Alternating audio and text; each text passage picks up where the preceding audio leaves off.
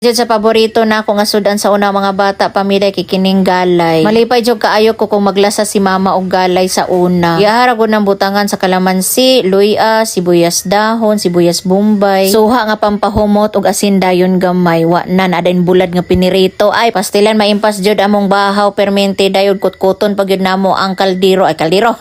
Makotkot pa jud nako ang mga dukot nga nipilit sa lubot sa among kaldero day.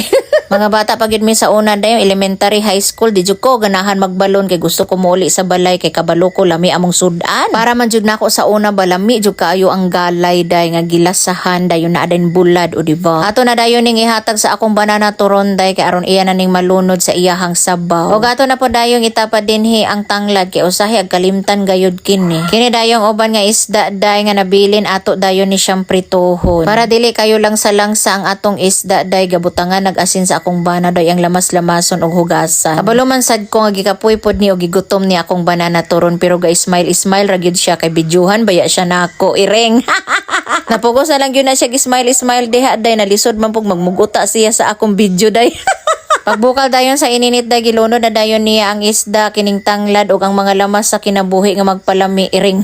O gitimplahan na dayon niya gamay nga asin atong bag-o paming menu sa akong banana turon day natingala siya kay ang mga sabaw namo diri sa balay day kay mga tabang. Og dili pa jud kaayo may gagamit og bitsin pero karon bitaw day tabang na sa diyang sabaw og dili na siya gabitsin. Natakdan siya sa amo day. Kay medyo arty-arty man ko gamay day. Gusto ko na ay design ang isda kung pritohon dako day atong isliceon og inani iring.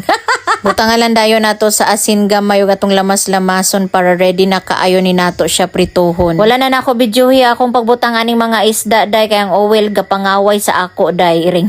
Klaro na jud kaayo nga gigutom akong banana turon day kay naghukad jud siya isa ka bandihado nga kanon. Huy!